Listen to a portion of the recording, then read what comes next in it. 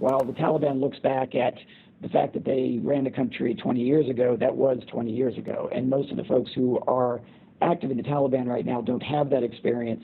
One of the other challenges that they're going to face is that, of course, it's not just the leaders that run a government, it's the bureaucracy, it's the civil service. And they are likely to lose a lot of that corporate knowledge, either because government employees have left the country and managed to get out, or they're concerned about coming back to work because those who worked with the foreign government, with the previous government, may feel that they're at risk. So very, very challenging in terms of experience for the Taliban. When it comes to how much aid and what form that aid could take and what kind of conditions might be attached to the aid as well, William, how much also depends on whether or not the new government is going to be internationally recognised, i.e. recognised by the international community? Well, it is going to be the biggest challenge for them.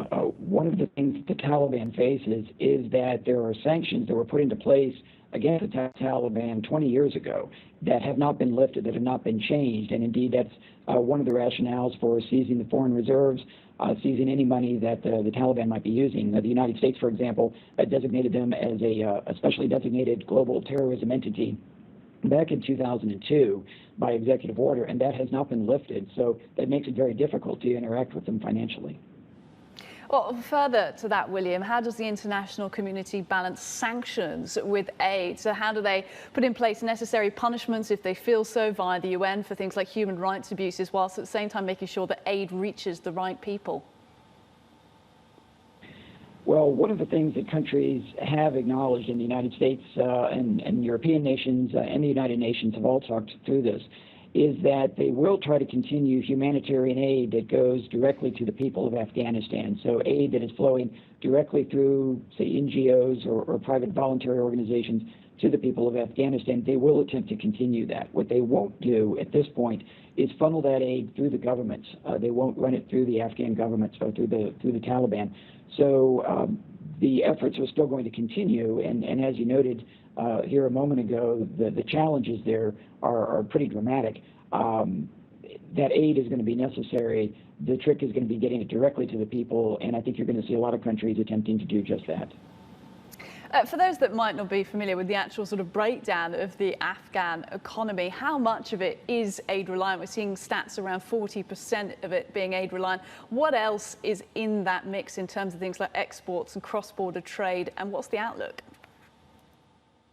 Well, the outlook is pretty poor. In terms of exports, agriculture, the formal agriculture market is the one that seems to have the biggest impact. And as food prices are going up around the world, there is the potential for that market to open up a bit more.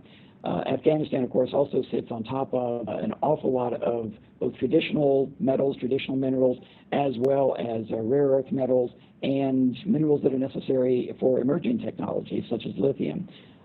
There seems to be, at least the estimates are, that there are pretty substantial amounts of those, but so far, certainly for the last couple of decades, there have been small-scale mining operations, some of which were even run by the Taliban to raise funds, but no large-scale operations. So if there is the potential to tap into those resources, then there's the opportunity perhaps for revenue to come back into the country.